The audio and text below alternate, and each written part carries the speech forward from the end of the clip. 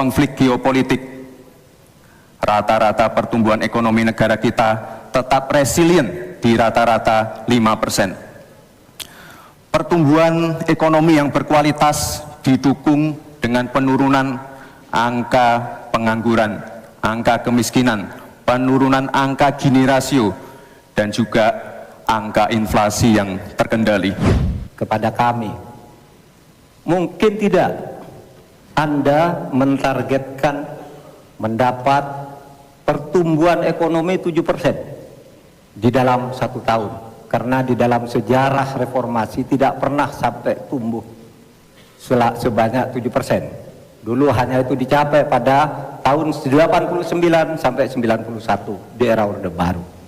Lalu pertanyaan itu saya sampaikan kepada beberapa orang ahli. Selepas itu seperti sarung yang saya bawa ini, bisa di kalangan santri bisa membangunkan yang tidur, menggerakkan yang loyo, dan sekaligus mengingatkan yang lalai.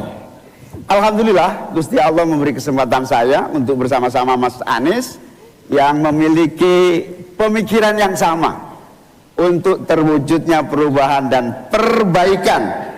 Bahkan kami berdua seperti botol dengan tutupnya. Dari segi penampilan ada vibrasi pada Amin, ada vibrasi pada Mahfud, tapi datar pada Gibran dan agak tegang. Jadi terlihat bahwa dia menghafal, berupaya untuk recollecting the ideas and data di situ kan. Jadi karena nggak luwes itu kan. Jadi berupaya untuk memastikan 4 menit itu seluruh pelajaran tadi siang itu masih ada di kepala sebagai hafalan itu soalnya. Dan kesan saya terlalu banyak data disebutkan di situ. Padahal ini soal visi itu. Apa ide di balik data itu? Saya kasih contoh misalnya.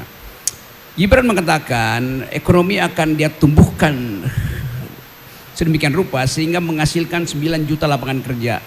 Justru lebih buruk dari bapaknya. Bapaknya janji 10 juta, ngapain turunin 9 juta? Itu soalnya kan. Dan kalau kita belajar sedikit ekonomi, itu juga nggak masuk akal. 1% pertumbuhan ekonomi menciptakan 400.000 lapangan kerja. Sekarang penganggur Indonesia itu ada 60 juta. Jadi mesti ada kira-kira 30% growth, itu nggak mungkin kan. Kalau 5% aja pertumbuhan yang dia bilang tadi, oke kita pastikan stabil 5%. Itu 5 kali 400.000, cuman 2 juta yang bisa diserap. Jadi dari segi logika ilmu ekonomi itu udah gagal itu. Lalu apalagi itu yang lebih penting sebetulnya. Yang lain ada ya itu soal Gini rasio, dan itu juga salah. Gini rasio kita itu dihitung berdasarkan expenditure, bukan berdasarkan pemasukan. Saya kasih ilustrasi cepat-cepat ya.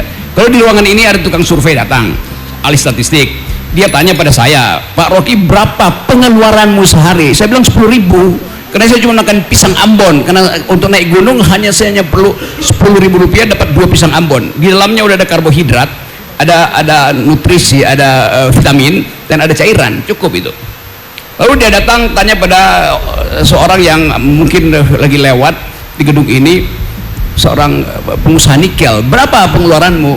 Si pengusaha bilang juga 10.000, karena dia cuma makan vitamin. Dokter bilang makan vitamin aja, Anda banyak penyakit, kira-kira begitu. Maka pengeluarannya 10.000. Lalu bertemu dengan relawan Anies, seorang mahasiswa, berapa pengeluaranmu? Mahasiswa bilang 10.000 juga. Itu kenapa cuma 10.000? Karena pagi-pagi dia makan Indomie 2 bungkus sekaligus, 5.000 tuh. Sisanya 5.000 dia beli Promah untuk sakit mah, nggak makan siang dan makan malam. Keluar di berita, Gini rasio kita 0. Saya 10.000 pengeluarannya, si pengusaha nikel 10.000, masih 10.000. Jadi tidak ada disparitas, alias 0, sempurna pemerataan. Karena yang dihitung expenditure bukan kantong saya, pasti kantong saya sedikit di atas si mahasiswa, dan seluruh kantong kita di sini digabung gak ada apa-apanya sama si pengusaha nikel. Begitu cara statistik berbohong. Jadi dengan mudah kita tahu bahwa ya Gini rasio itu adalah tipuan statistik sebetulnya. Yang lain oke, itu gampang lah. Caimin dia datang dengan ide bahwa ya apa istilahnya tadi ya, kepret nanti pakai selepetan. Jadi itu khas. Jadi kita bilang ya Caimin memang begitu bercandanya di dalam lingkungan PMII atau Nahdlatul Ulama. Tetapi kita mau tunggu sebetulnya apa yang dia maksud dengan yang mau diselepet siapa itu kan. Itu apa mau selepet ke ya itu yang Jokowi dia mau selepet itu mesti lebih tegas itu. Lalu Pak Mahfud seperti biasa itu dia terangkan bahwa korupsi mesti dibatalkan, korupsi mesti iya, tetapi di kita hari ini, bukan di kita, di era Pak Jokowi selama 9 tahun indeks korupsi kita itu 35 nilainya. Artinya dari 100 orang hanya 35 yang jujur.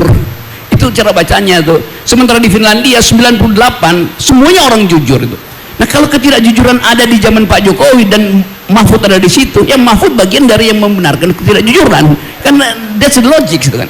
Karena seluruh kebijakan itu kan disidangkan di kabinet. Bagaimana mengatasi korupsi? Tentu mesti ada poin dari Mahfud.